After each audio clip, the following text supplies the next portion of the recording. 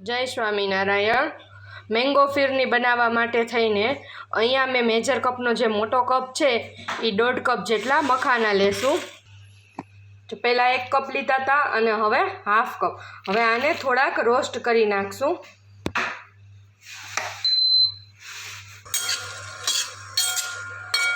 આવી રીતના આને મીડિયમ ફ્લેમે રોસ્ટ કરી લેવા। રોસ્ટ થઈ ગયા છે। હવે આને ઠરવા દેશું, પછી મિક્સરમાં આનો ભૂકો કરી લેશું। હવે અહીંયા મેં 1 લીટર ફૂલ ફેટ દૂધ લીધું છે।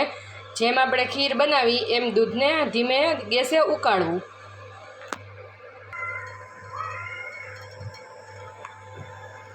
દૂધ ઉકળવા માંડ્યું છે।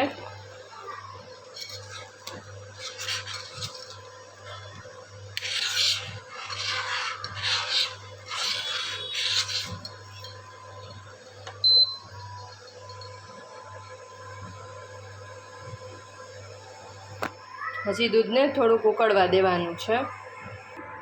મખાનાને ક્રશ કરી લઈએ મિક્સરમાં। મખાનાનો સરસ પાવડર થઈ ગયો છે। હવે એને દૂધમાં એડ કરી દઈશું।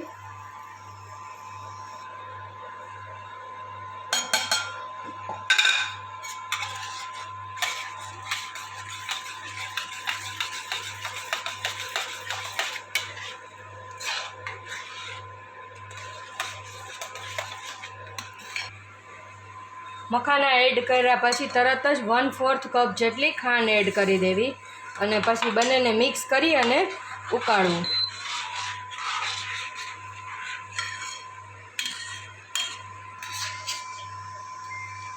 આમાં મખાના સરસ બેક થઈ ગયા છે, ચડી ગયા છે જેને આપણે કહેતા હોઈએ, અને એક રસ થઈ ગયું છે।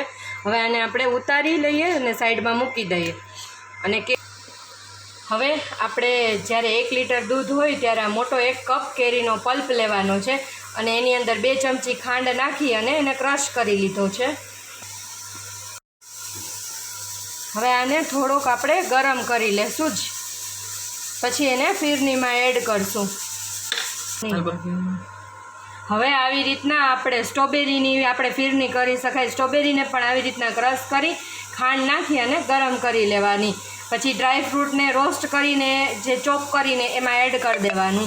પછી એવી રીતના જ આપણે અંજીરનો પલ્પ કરી અને આની અંદર એડ કરી શકીએ। આવી રીતના બધી જાતની ફિરની થઈ શકે।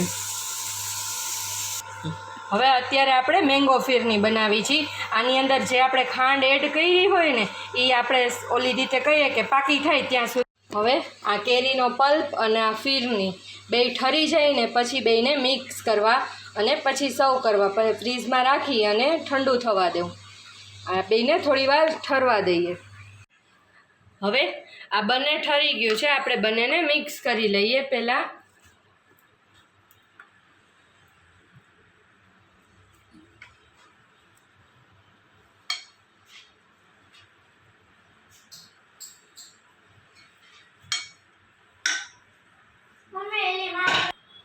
હવે બેને હલાવી અને મિક્સ કરી લઈએ।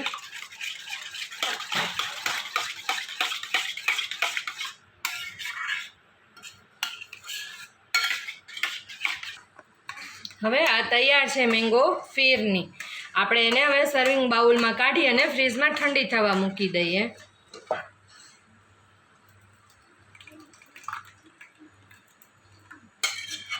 માથે બદામની કતરણથી ગાર્નિશ કરશું।